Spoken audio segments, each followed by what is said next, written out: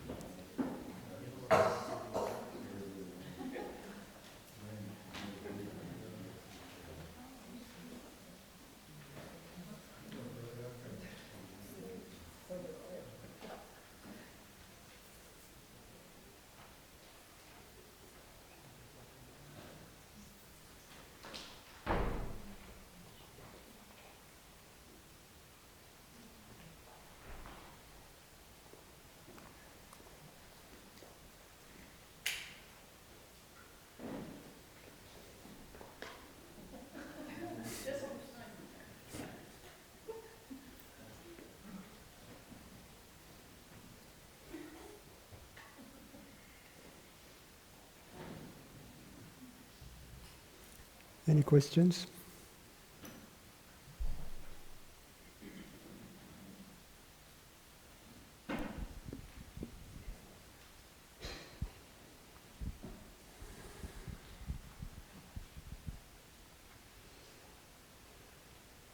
I was wondering if there's a way of working with the attention that is not...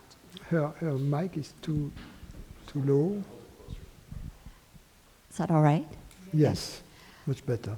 Okay. I was wondering if there's a way of working with the attention that's not constrictive, and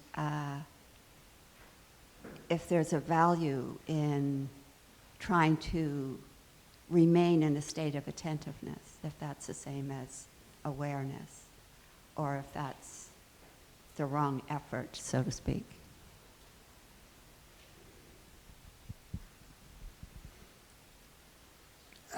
Attentiveness to what? No, to what is.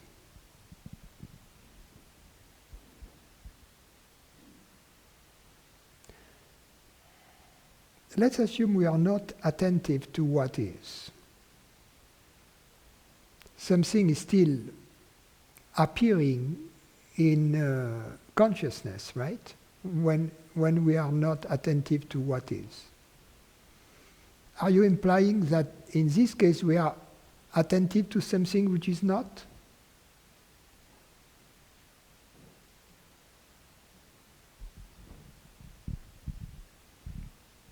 Maybe. Because I guess that when we are not attentive to what is, it means we are attentive to what is not. Right? I'm using your own words. The point is that consciousness is always attentive.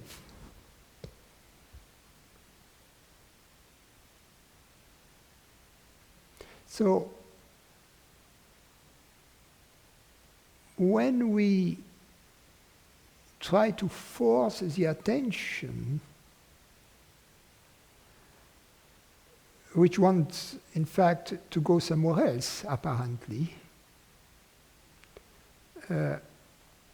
we are creating some kind of contraction in the mind and in the body. You can say when someone tries to be attentive, their demeanor changes, their facial expression changes. Yeah.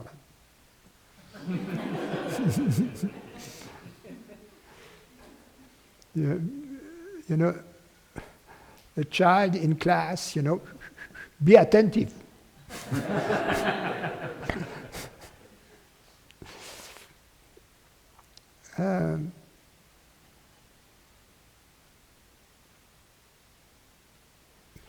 The real, and moreover, it depends what we mean by what is. It depends on the meaning of what the meaning of what is too.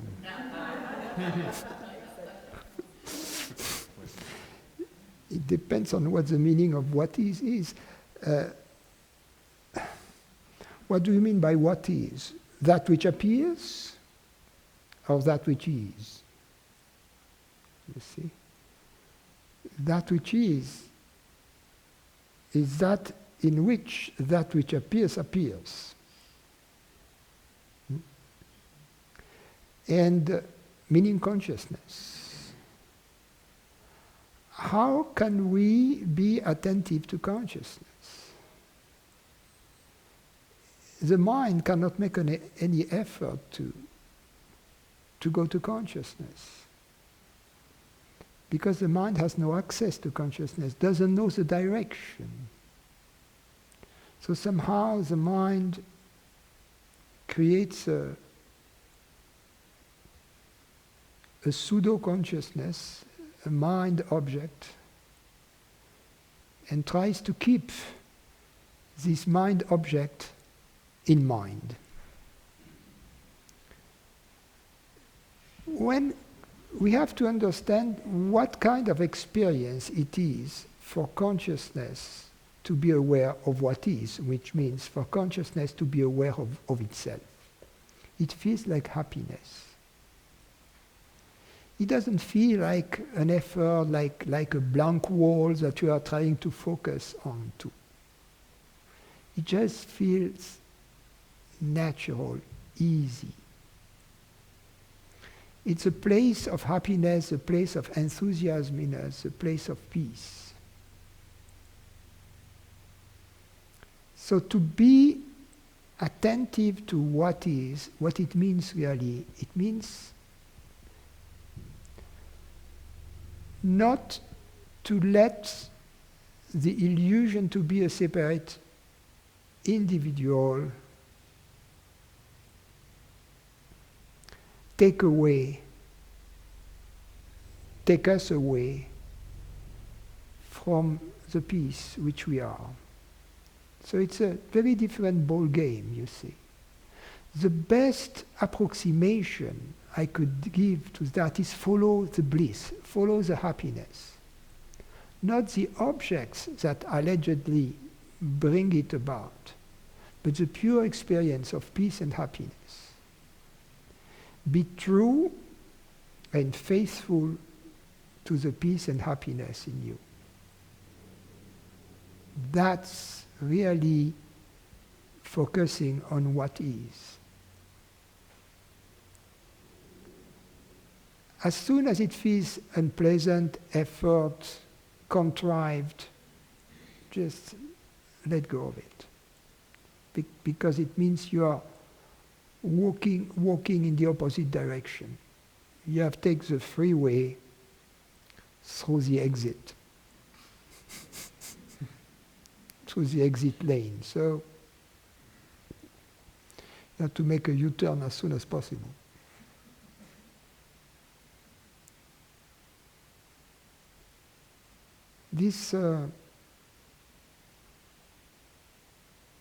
These practices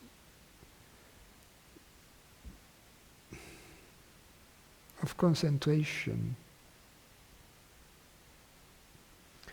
may have some usefulness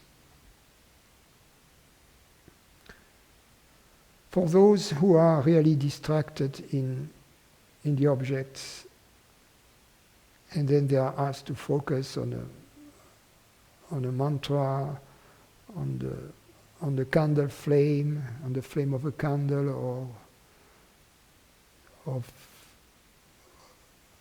whatever current feeling or perception is. It's a training. It's a training of the mind. It may have some value, but the real attentiveness to what is comes from grace. When we are interested in what is, which means in what we are, then we are naturally attentive. We are silent, we don't know, The mind doesn't know, the mind gives up trying to know. We are simply open. And at some point, this openness speaks to itself, knows itself, enjoys itself, recognizes itself. It's mysterious.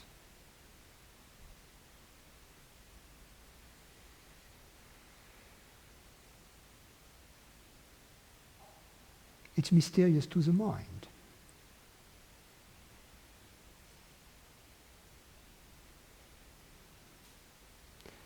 Practices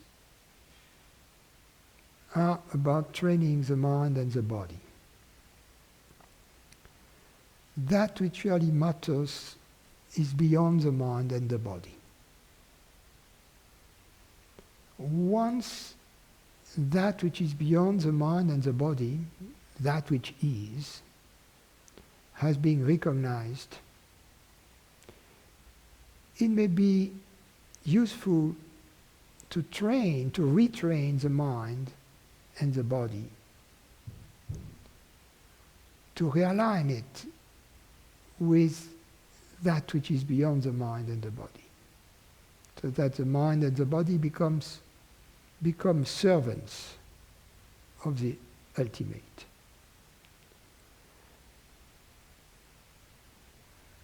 That they let go of their old habits of separation. So then some training, some practice maybe is useful, but only if it comes in support of this recognition, of this revelation. It can never be in lieu of it, of this recognition. In lieu. In lieu.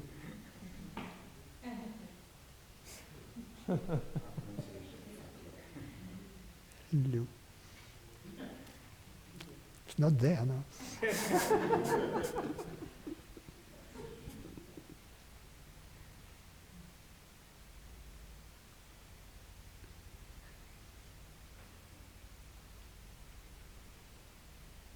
So I would let go of this attempt to control the mind. A mind which is open is free. You see, it's free. It's like a bee moving from place to place, and the bee will end up where the sweetness is, provided we let the bee fly, and provided we don't stop on colorful objects that have no sweetness, such as tennis balls.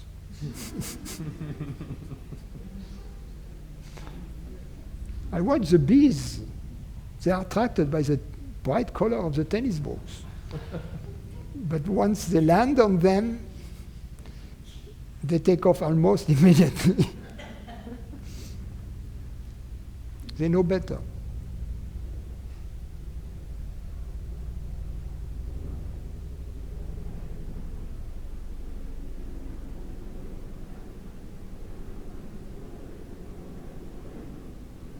A free mind, a free body, that's what we have to give ourselves.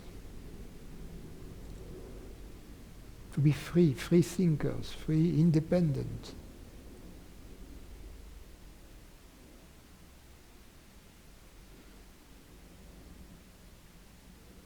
Each of us has his or her own way to the truth.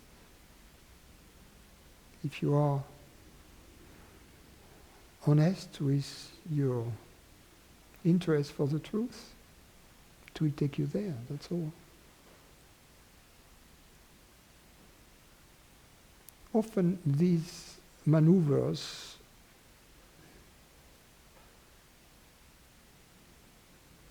they are allegedly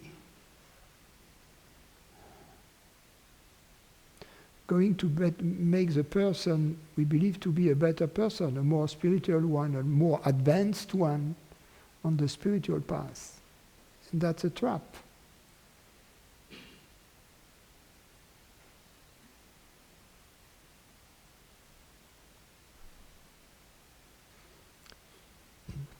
A highly spiritual ignorant is still an ignorant.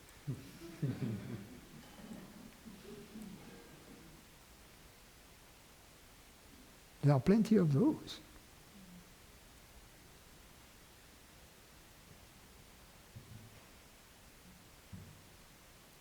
And in fact, an honest truth lover with an open-minded is, in my book, more spiritually advanced than a highly spiritualized ignorant.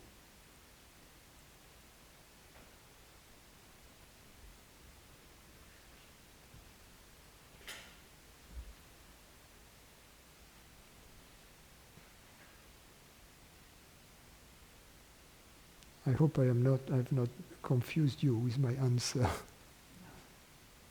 See, just relax, don't. Enjoy life, that's what you're here for. Celebrate.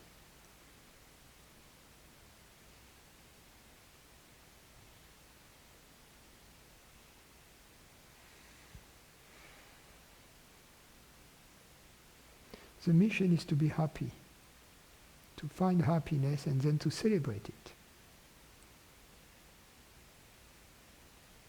Each of us in his or her own way, with his or her God-given instrument, so that together we are a beautiful orchestra.